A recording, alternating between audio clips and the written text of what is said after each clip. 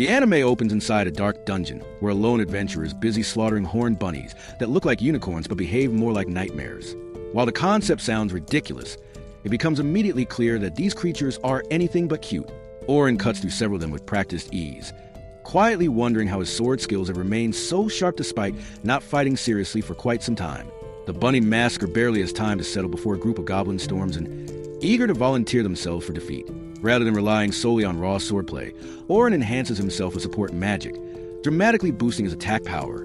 The effect allows him to tear through multiple goblins at once, proving that versatility can be just as lethal as specialization. Unfortunately, the magic lasts only 3 minutes, forcing Oren to recast it immediately once it wears off.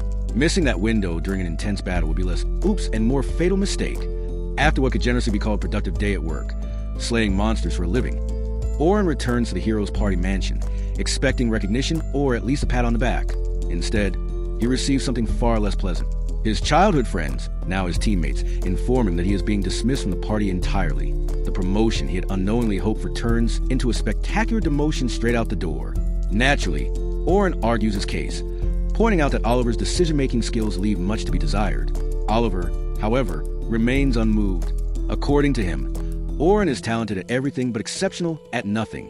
Every member of the hero's party specializes in a single role, attack, defense, or support, and they no longer need a jack-of-all-trades who can do a bit of everything. What they want is a dedicated enchanter capable of delivering overwhelming support magic. Oren had been filling that role out of necessity, not preference, simply because no one else in the clan could. That temporary solution, Oliver explains, has reached its expiration date. To make matters worse, Oliver drops the final blow. The clan already has a new enchanter lined up, and the group has collectively decided that Oren's flexibility is more of a liability than an asset. With nothing left to argue, Oren thanks the clan for their time together and leaves the office without another word.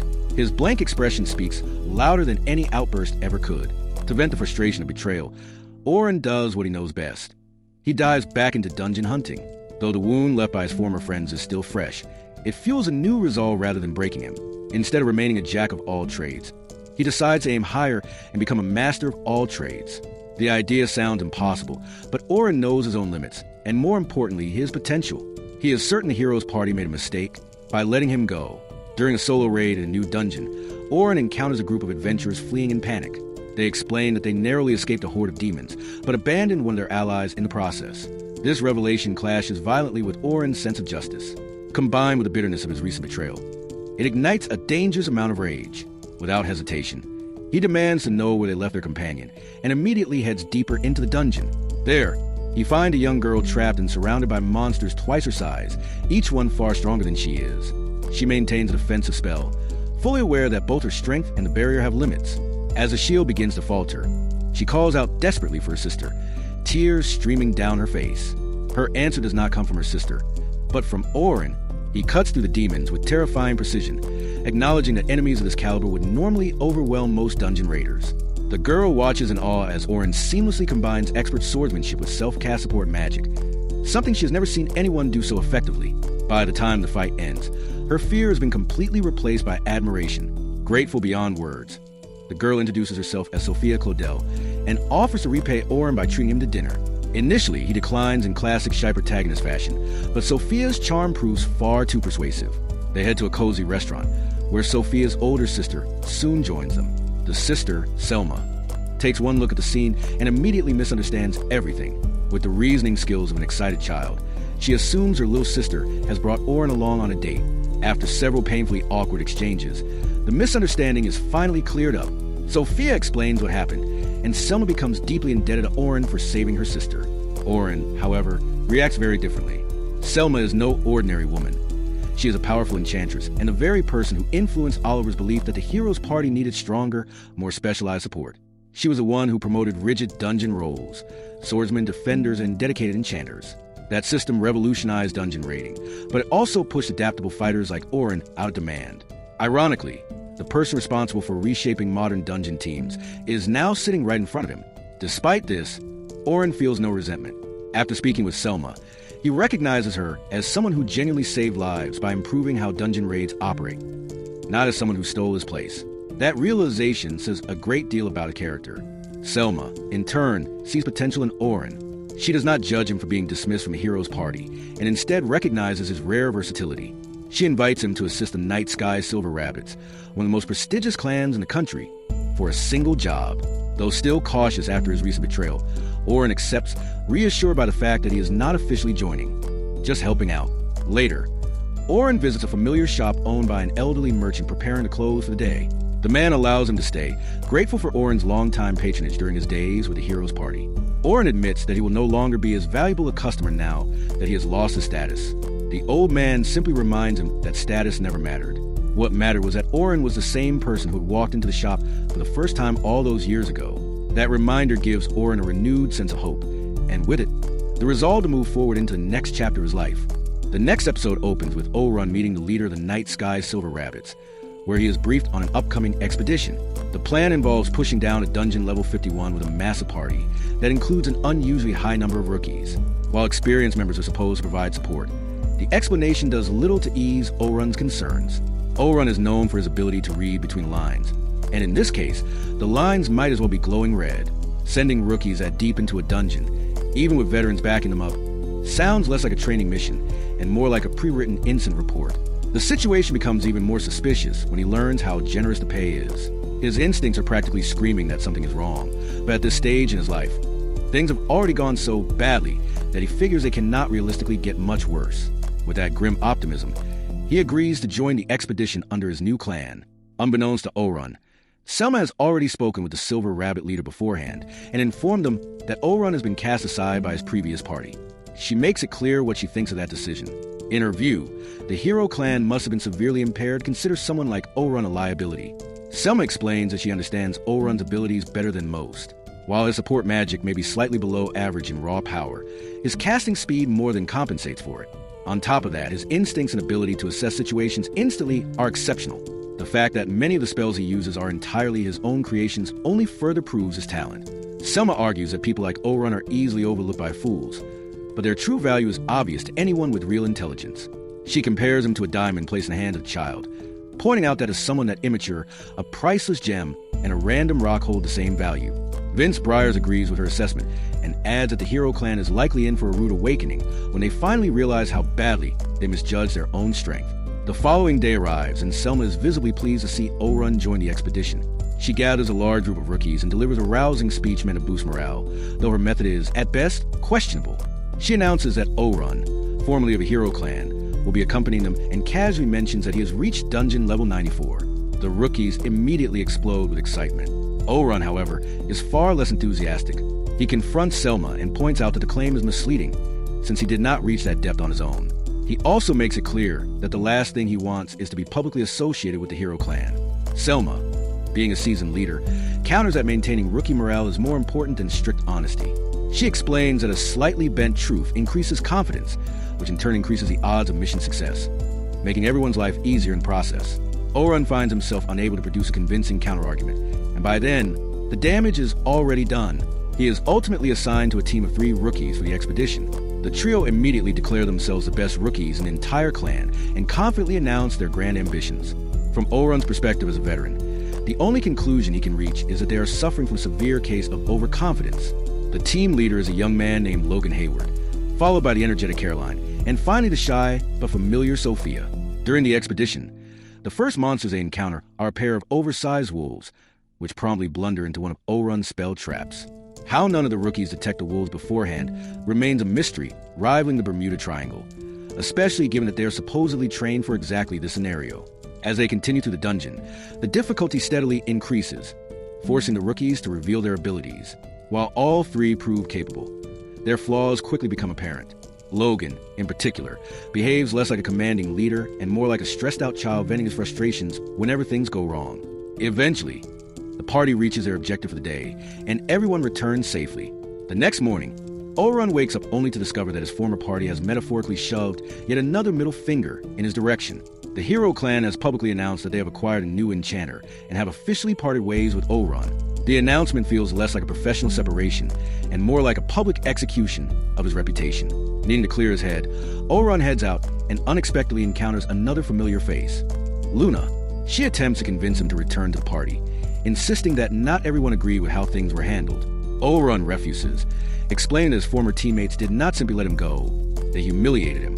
While Luna may be one of the few good things about the clan, one person alone cannot overturn the will of the entire group. With that, Orun parts ways with her as well.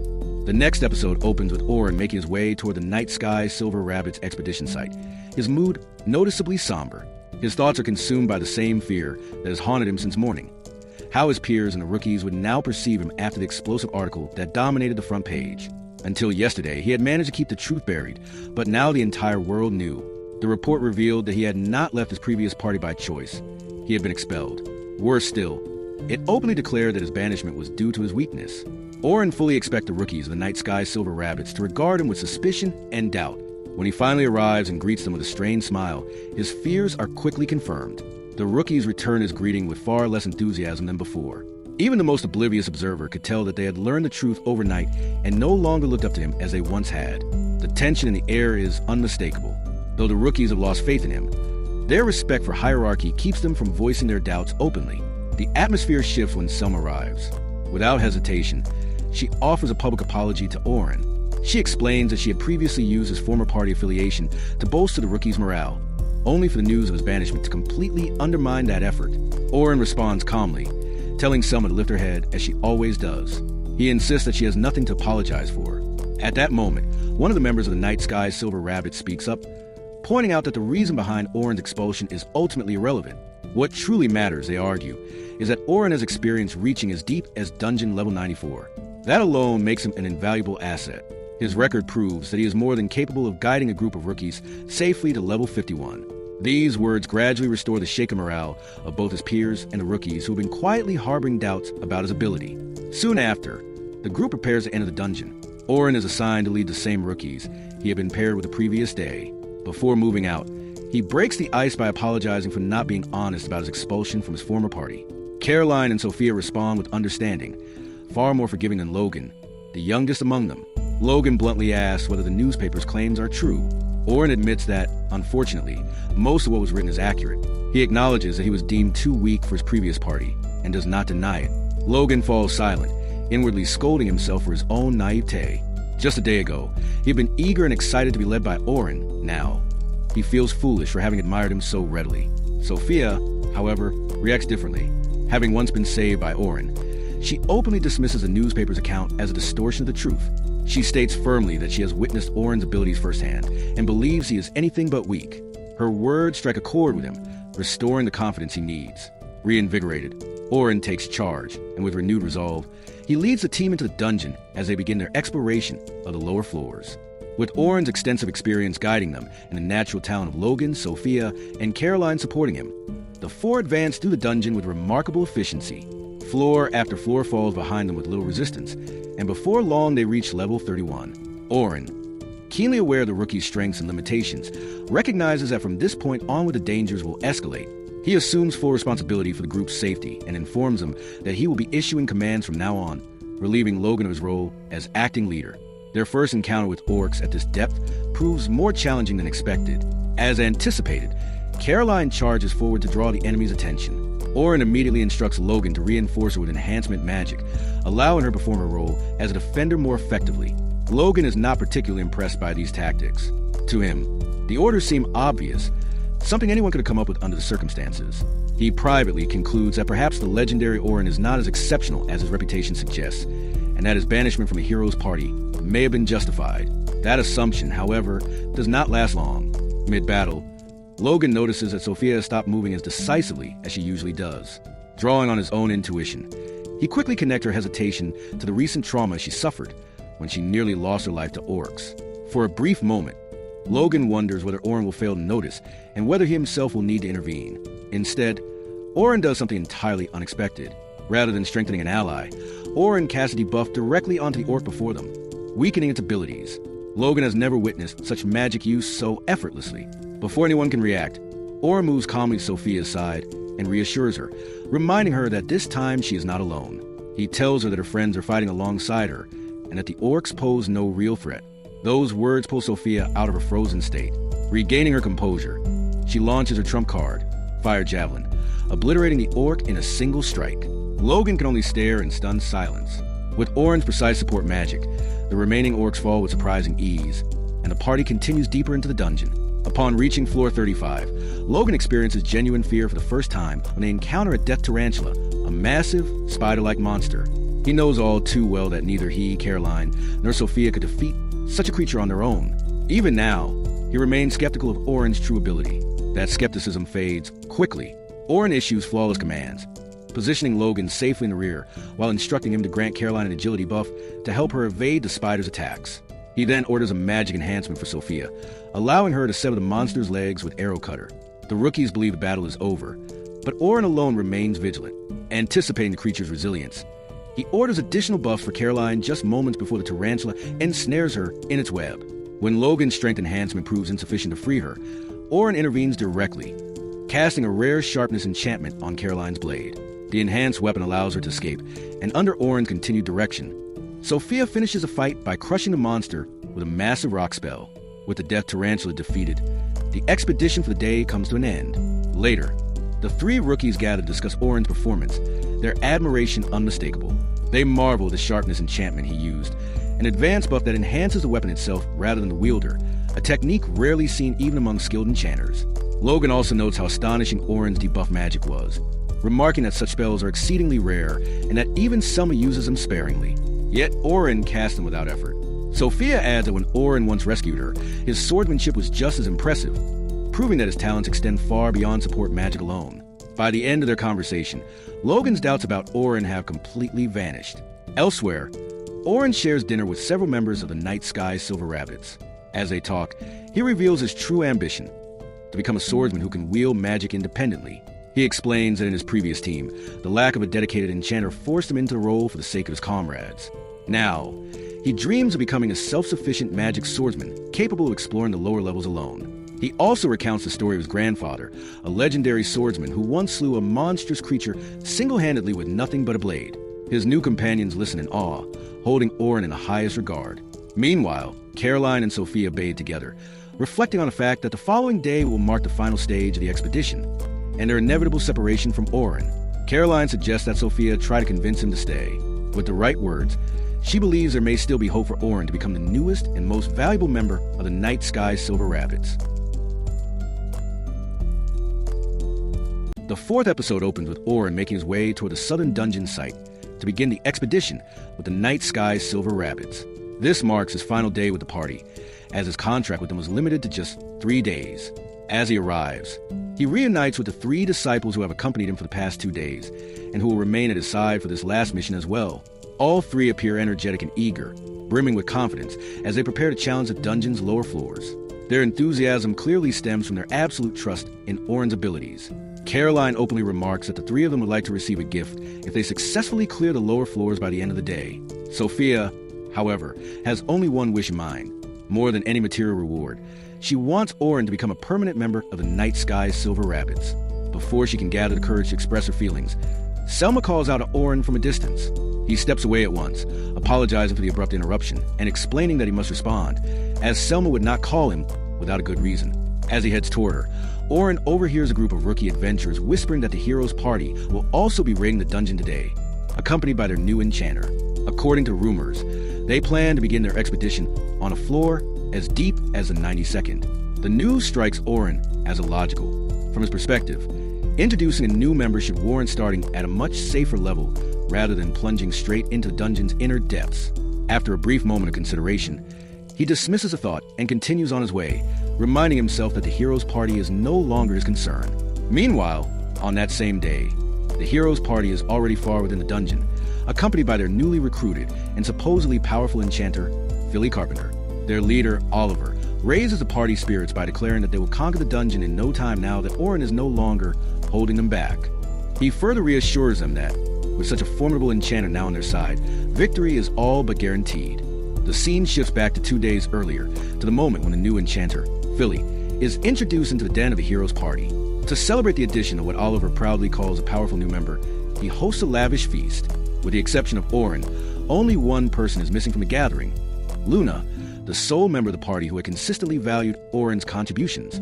Throughout the feast, the conversation revolves around a single topic. The party repeatedly claims that their true potential had long been suppressed by Orin, whom they now dismiss as nothing more than dead weight. With Philly now on their side, they confidently declare that nothing will stand in their way as they prepare to clear the Southern Gate dungeon. They praise Philly's extensive experience, emphasizing her record of reaching the 100th floor of the Western Dungeon as proof of their assured success. The celebration is abruptly interrupted when Luna rushes into the den, clearly distressed. She demands to know what is happening and why Orin is now working with the night sky's silver rabbits. Her words leave the room in stunned silence. The idea that a supposedly weakened channel like Orin could be recruited so easily by such a renowned party baffles them. Luna immediately voices her objections, questioning what could have happened while she was away from town. Anelli hastily fabricates a story, claiming that Orin chose to leave the party of his own accord. This explanation leaves Luna to briefly wonder if Orin had simply given up on them. Derek, the party's defender, is far more blunt.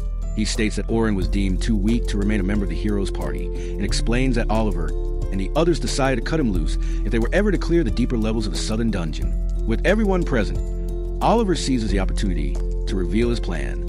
Now that they have a new enchanter, he intends to begin their next expedition on the 92nd floor to test their teamwork.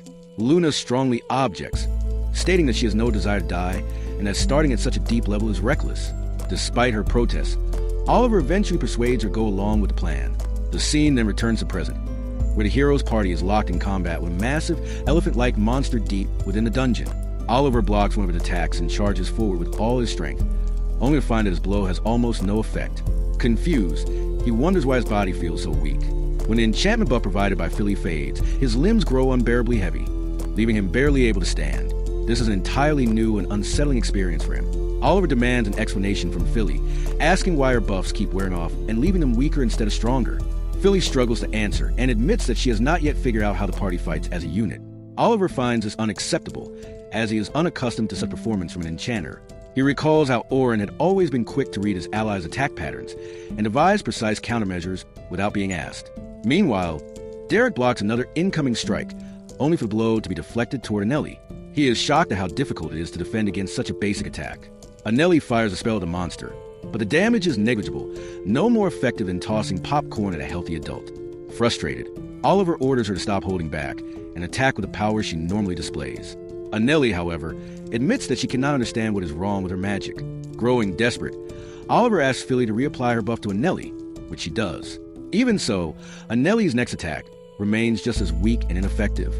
Oliver then tells Philly to read the flow of battle and determine their next move, only for her to reply that she is unable to do so. Oliver is taken aback, believing that reading the battlefield is an enchanter's responsibility. In reality, it had never been Philly's role at all. Orin had been performing that function for the team all along. Without realizing it, the party had become completely dependent on him. As the fight drags on, Oliver still cannot explain his own weakness. By all logic, the support magic cast by Philly should have been far stronger than Orin's. Yet, faced with the harsh reality of battle, the difference between theory and experience becomes painfully clear. Luna is the first to fully grasp what is truly happening to the party. Just as she is about to explain the reason behind their sudden weakness, an ominous presence descends upon the battlefield. Without warning, the Black Dragon appears.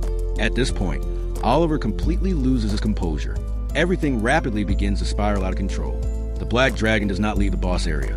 Yet, for reasons unknown, it casually approaches the party as if merely stretching its wings. A faint sense of heroism still lingers within the group. After all, they had defeated this very dragon once before, even when the odds were stacked against them. However, that victory had been achieved with Orin at their side.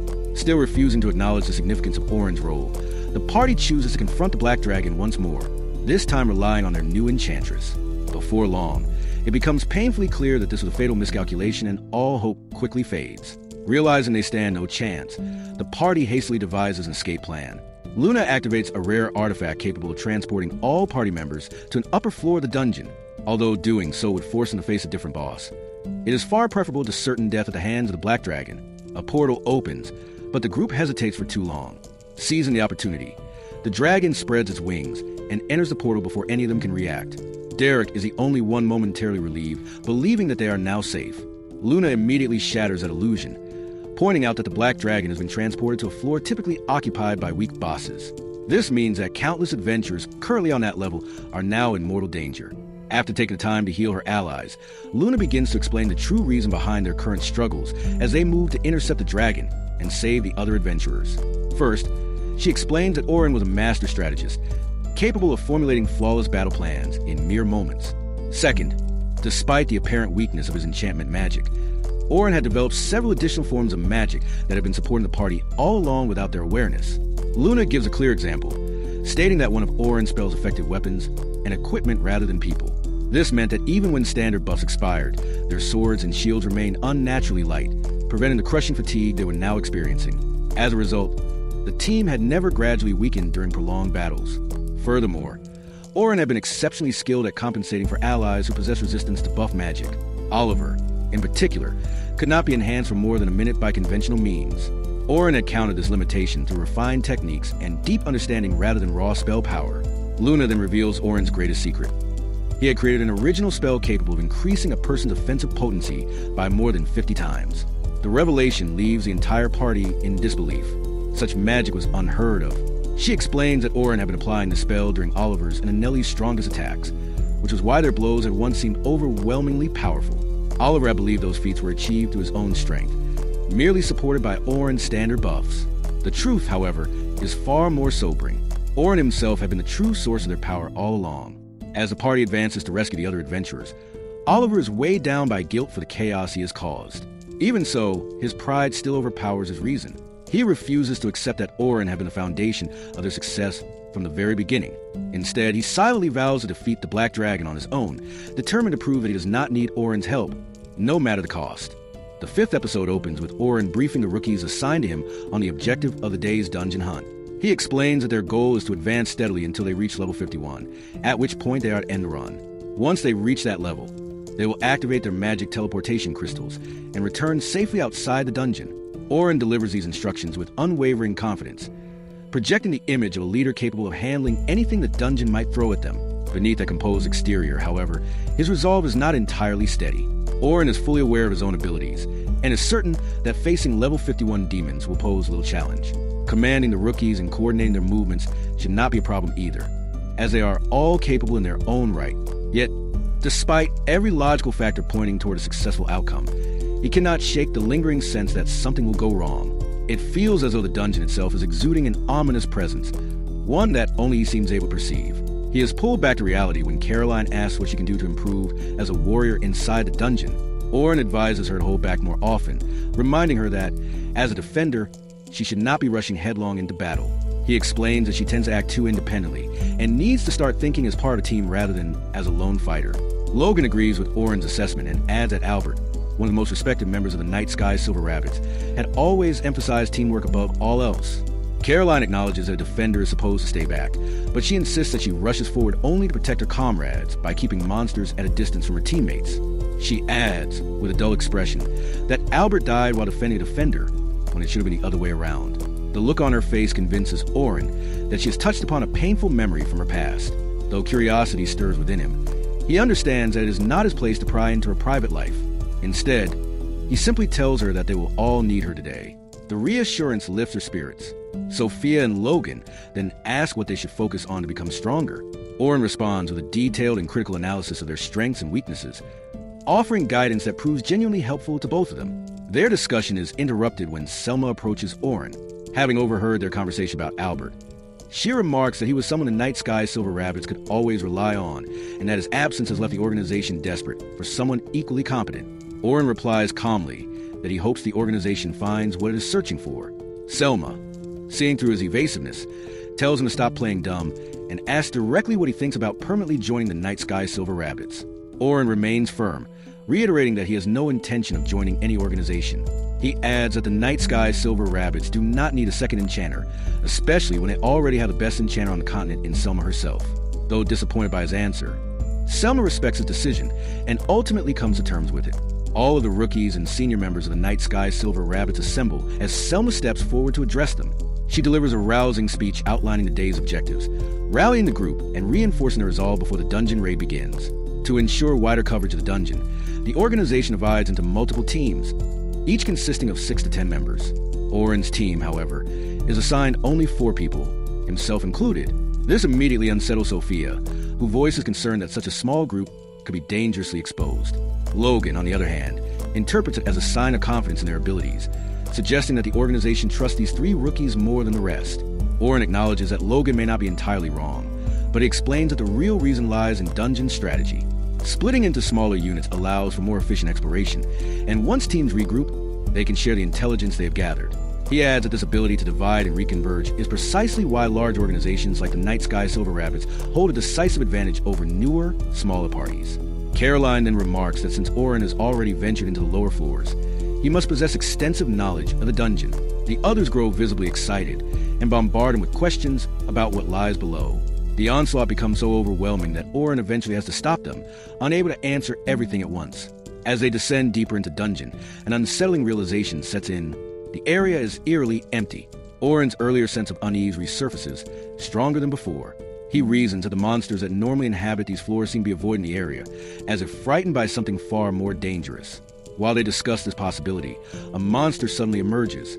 Judging it to be weak, Caroline charges forward, eager to end both the threat and her growing boredom. Orin attempts to stop her, immediately recognizing that the monster is far stronger than it appears. His warning comes too late. Forced to intervene, he casts a debuff enchantment to slow the creature down, creating an opening that allows Caroline to finish it off. Once the danger has passed, Orin sternly reprimands her, reminding her that a defender is meant to be the core of the team. If that core becomes reckless, the entire formation collapses. Caroline apologizes and Orin accepts, choosing instead to turn the moment into a lesson. He introduces her to the concept of active defense, explaining that it involves closely reading an opponent's movements before they attack. For a dodge-based offender like Caroline, mastering this technique could be invaluable. Logan is clearly impressed and immediately asks if Orin can offer him advice as well. Elsewhere, the hero's party arrives at the guild where all major dungeon raiding organizations are registered. Luna declares that they must meet the guild master at once, insisting that his current engagements are irrelevant. When they finally stand before him, Oliver is too ashamed to speak, burdened by guilt over his failure. Luna takes responsibility for explaining the situation, admitting that their mistake allowed the Black Dragon, normally confined to floor 92, to roam the upper levels of the dungeon. Its current location is unknown.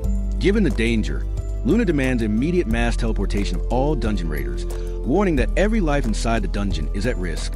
One of the Guildmaster's advisors cautions against such a drastic measure, noting the enormous mana cost and suggesting an emergency meeting instead. Luna firmly rejects the idea, arguing that there is no time for deliberation. Back in the dungeon, Logan presses Orin for guidance on debuff magic. Orin advises him to focus on mastering standard enchantments first, explaining that debuffs require extensive knowledge. Each monster possesses different resistances, and effective debuffing depends on understanding exactly which type of magic a target is vulnerable to. He adds that as monsters grow stronger, the effectiveness of debuffs diminishes significantly. As an alternative, Orin demonstrates how enchantments can be used to set traps, emphasizing that securing their rear allows a team to advance far more confidently. He also offers Sophia advice, telling her that rather than relying on a single powerful spell, she should learn to cast multiple spells simultaneously. This would allow her to maintain constant pressure instead of becoming a liability while charging a high-level attack. Meanwhile, the Guild Master and the Inner Council begin gathering mana to initiate a forced teleportation of all raiders in the southern dungeon. During the process, it becomes clear that the Council places full blame on Oliver and intends to eliminate the Black Dragon themselves once everyone is evacuated. Though hesitant, Luna ultimately agrees and assures them that her party will take responsibility for slaying the dragon. Back inside the dungeon, the Night Sky Silver Rabbits regroup. They have not yet encountered the Black Dragon, but they prepare to face the final boss of the day on dungeon level 51. The rookies are instructed to stand aside and observe, as only Orin, Selma, and the veteran members will participate in the battle, turning it into a live lesson for future encounters. Orin leads the charge. Using his keen analytical insight, he targets the monster's quadriceps, crippling its ability to advance. When it attempts to retreat, he deploys trap magic to cut off its escape route. This allows Selma and the other veterans to attack relentlessly, bringing the creature down with ruthless efficiency. Moments later, another enemy emerges, a massive crab-like monster. Once again, Orin moves first, activating a powerful enchantment known as Impact, which amplifies its attack strength more than 100-fold for a brief instant. The strike pierces straight to the monster's claws, rendering it incapable of fighting back. Orin reflects briefly that the spell is essentially a loophole he discovered while experimenting with ways to strengthen his otherwise weak magic. The rest of the team finishes the creature without difficulty. Elsewhere, the hero's party marches toward the southern dungeon under direct orders from the Guild Master, preparing for the confrontation with the Black Dragon. Luna admits that their only real chance of victory lies in convincing Orin to join them, despite his exile and the humiliation he once suffered at their hands. In the end, the fate of everyone now hinges on Orin and the choice he is yet to make.